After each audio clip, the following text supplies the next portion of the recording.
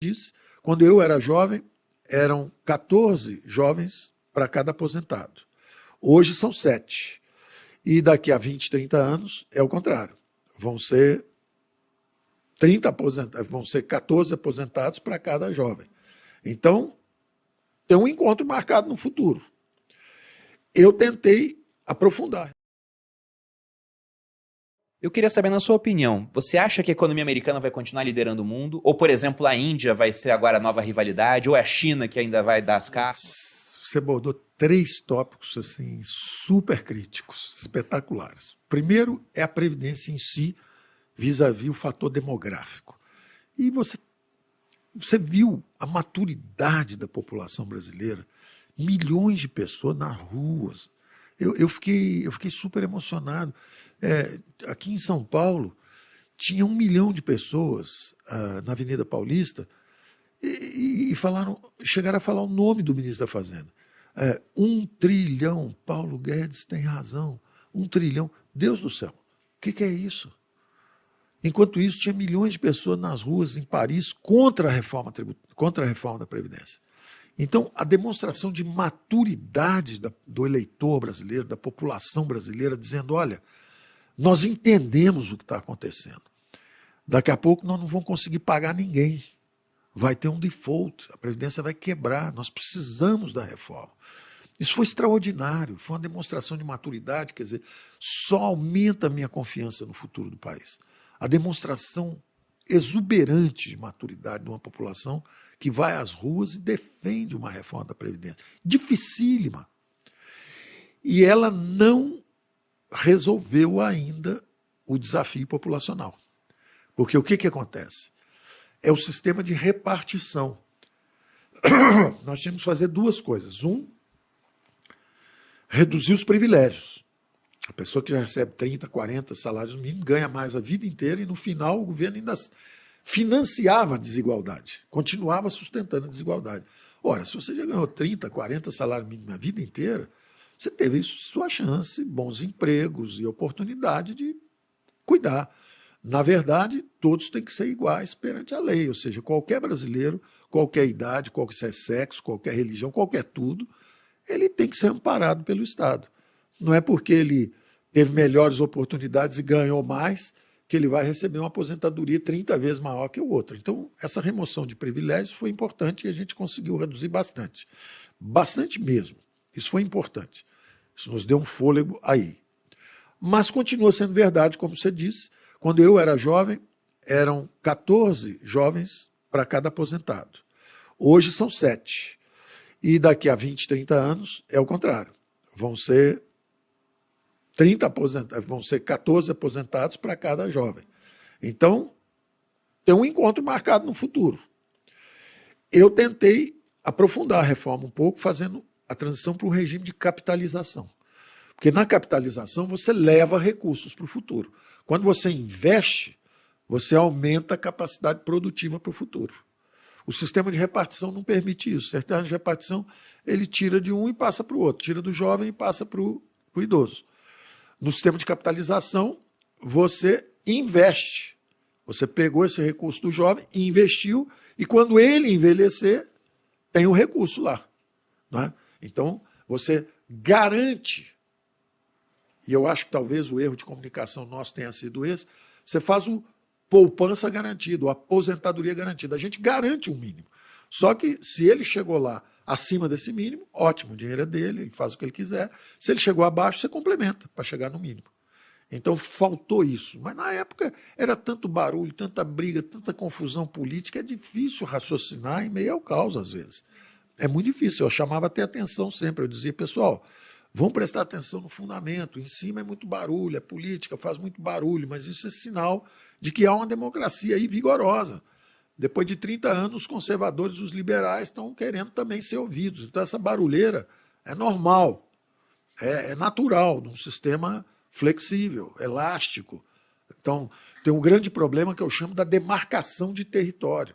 Até onde vai o poder do presidente, até onde vai o poder do Congresso, do Senado e da Câmara, até onde vai o poder do Supremo.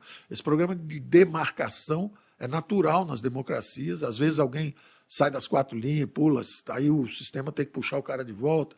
Isso acontece, essa barulheira. Mas eu dizia, subjacente a isso, nós precisamos fazer as reformas dos fundamentos. Então o desafio continua para o mundo inteiro e vai ter muita previdência tendo problema no mundo inteiro. E isso é isso que leva, às vezes, ao enfraquecimento. Foi o que aconteceu no pós-guerra, no início do século passado, quando havia uma internacionalização, estava todo mundo olhando para um futuro brilhante, mas, na verdade, as massas estavam, depois da guerra, e até antes da guerra, relativamente assustadas, porque não havia segurança social, entre aspas. Previdência social, tudo isso foi criado. Já tinha na Alemanha. A Prússia foi o primeiro a criar. Exatamente, foi o primeiro que lançou, foi o Bismarck. Mas já lançou assim, como desafio, o socialismo pedindo recurso e ele cedendo, falando, não, há sentido nesse pedido de igualdade de oportunidade. Nós somos uma espécie que tem as duas dimensões muito fortes. Tanto a dimensão individualista, que é eu dependo de mim, do meu futuro, eu tenho o direito de pensar, ter minha opinião, fazer o que eu quiser, mas eu também vivo num contexto social, eu tenho minha família, eu tenho grupos, eu tenho responsabilidades e deveres também com uma sociedade. Então esse equilíbrio é que tem que ser buscado numa democracia. O liberal é alguém que valoriza mais a liberdade, o socialista normalmente pensa na coletividade e, às vezes, toma um caminho que é desastroso para a coletividade e para os indivíduos, por desconhecimento de teoria econômica. Eles têm corações nobres, eles têm uma mentalidade construtiva. Eu, pelo menos, sempre tive uma relação construtiva com eles. Mas a ciência econômica existe e eles desconhecem. E é isso que dá o problema do entendimento. O segundo ponto que você chamou, importantíssimo, foi, no caso, o fenômeno da China em si, e como é que fica o desafio deles para frente, e como é que fica o choque deles. Eram 3 pontos, porque esse é o choque, é a guerra, mas você falou de uma outra coisa. Eu falei qual a economia queria se destacar, na sua opinião, continuar sendo Estados Unidos, se a economia China, segue, Índia? Não, eu acho que a Índia vai entrar no jogo agora rapidamente. A China já é uma realidade geopolítica. Você vê que para parar a guerra da Ucrânia, a ordem antiga não conseguiu resolver. Eu cheguei a falar isso na reunião do G20, eu cheguei lá e falei isso com os ministros. Eu falei, olha, as organizações internacionais precisam melhorar o seu trabalho. Nós estamos aqui no autocongratulamento, porque toda vez que se reúne lá, estamos ótimos aqui, 3, 4 dias, todo mundo trocando elogios, todo mundo dizendo, graças a nós o quê? Está havendo uma guerra.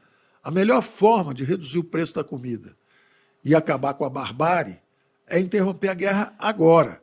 Cadê a ONU? Uma reunião, 2, 3, 4, faz 10 reuniões de emergência. Para a guerra já. É a primeira coisa. A segunda coisa, FMI, Banco Mundial, como é que a gente ajuda os países que estão desajustados? A Argentina está no meio do caos, aí fizeram a rolagem da dívida da Argentina, porque no meio desse caos, como é que você vai consertar? Então, vamos trabalhar mais e conversar menos? Eu tive uma postura meio forte lá fora. E eles gostaram, não acharam ruim, não. Tanto que, pela primeira vez, nós nomeamos um presidente do BID, do Banco Interamericano de Desenvolvimento. Primeira vez que o Brasil consegue emplacar um presidente do BID. É um reconhecimento por essa nossa participação ativa. Da mesma forma, o nosso acesso ao OCDE. Foi em conversas de colaboração com o Matthias Cormann, que era o secretário-geral lá da OCDE, e com a Yellen, que também os Estados Unidos nos apoiaram também, que era a secretária de Tesouro americano. Mas nós tivemos que falar na contrapartida, que é o protagonismo do Brasil, justamente nessas questões ambientais. Quando nós falamos sobre isso, eles nos deram a senha para acesso também, entrar na fila de acesso, e estamos lá em primeiro lugar na fila de acesso. Então, a China é uma potência. A China é uma civilização milenar. Da pólvora, a pizza, a filosofia de Confúcio, os chineses são uma realidade. E os chineses eram voltados para dentro. Eles não eram uma cultura expansionista e colonizadora. Eles eram voltados para dentro. Então, durante o socialismo, realmente houve uma série de fenômenos típicos do totalitarismo que foram catastróficos. Agora, eles mergulharam nos mercados globais. E ao trader, ao comerciante, a quem comercializa, etc., não interessa a guerra. A guerra não interessa a China. Você deu uma razão humanitária, perder os filhos que são arrimos de famílias. É uma razão humanitária. Tem a razão comercial, riqueza. Eles vão empobrecer. Se travar o fluxo de comércio mundial porque começou uma guerra, vai todo mundo empobrecer lá. A guerra não enriquece ninguém, a guerra é destrutiva, destrói. Então, é muito ruim. Enquanto a Alemanha foi guerreira, ela fez guerra. Na hora que ela foi, entre aspas, entrou para o mercado internacional de bens e serviços, virou a maior exportadora. A Alemanha é a maior potência industrial da Europa.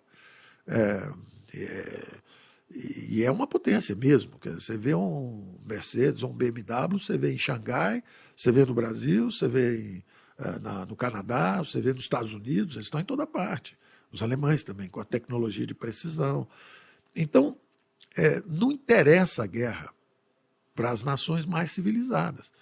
Eu não acho que os chineses são organicamente guerreiros. Ao contrário, eles fizeram a muralha da China para impedir as invasões. Eles tentaram sempre ficar contidos no território deles. Agora, essa disputa comercial dos americanos com ele, isso já aconteceu antes na história. Aconteceu aconteceu várias vezes, né? Eu não quero dar exemplo só para não parecer que eu estou assemelhando a China a alguém, mas sempre houve a disputa entre cosmopolitas, e isso é que é o desafio aí. Os cosmopolitas, Atenas era cosmopolita, centro intelectual, centro de comércio, tudo isso. Esparta era uma sociedade guerreira. Juntos derrotaram os persas, depois brigaram. Foi a Guerra do Peloponeso. Ganharam os militaristas, os autossuficientes, ganhou Esparta. A civilização grega declinou, foi declinando o tempo todo.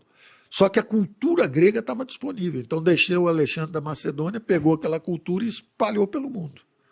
Foi embora e construiu o Império Macedônico.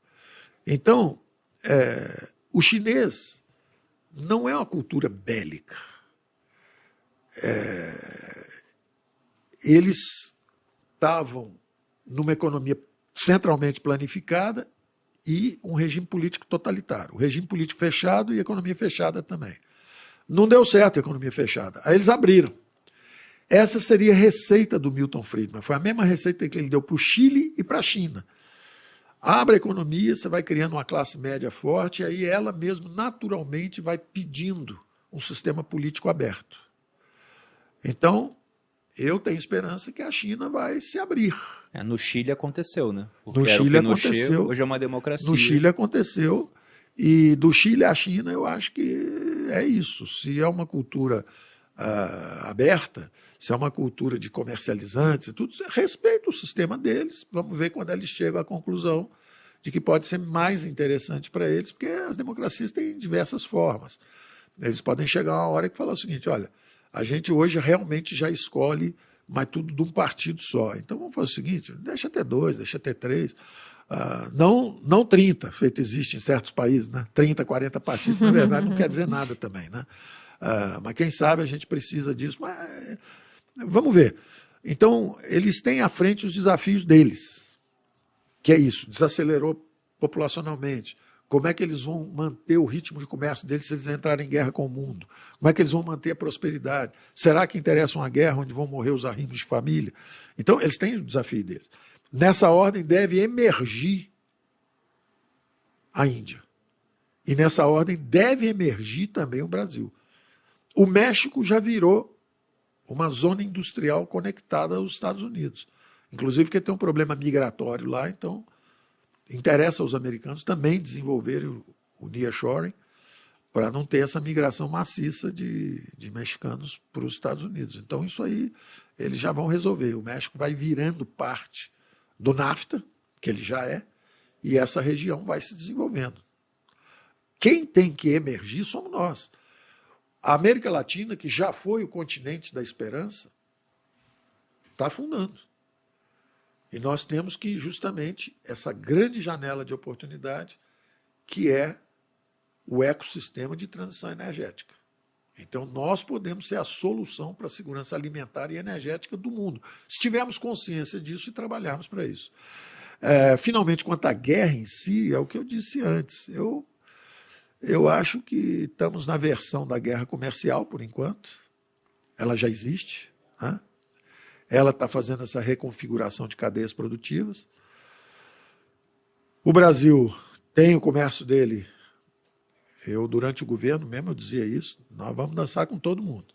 Nós temos um comércio importante com a China, mas, ao mesmo tempo, nós sabemos que nós somos democráticos. Nós somos uma democracia e nós somos uma economia de mercado. Nós sabemos quem somos. Nós sabemos quem nós somos. Nós não temos problema de nos relacionar também com sistemas alternativos, mas nós sabemos quem nós somos. Perfeito. Muito Bom, acho que é isso, né, Bolovinha? Por causa Senão, do tempo. a gente vai ficar aqui porque até tem amanhã. assunto aqui para ficar durante horas. A gente acabou que não falou tanto de investimentos, mas eu quero só fazer uma pincelada sobre o rei Dalio. Sim, sim. Você concorda com ele? Que a China vai passar aos Estados Unidos? Nós não sabemos. Nós não sabemos. Sinceramente,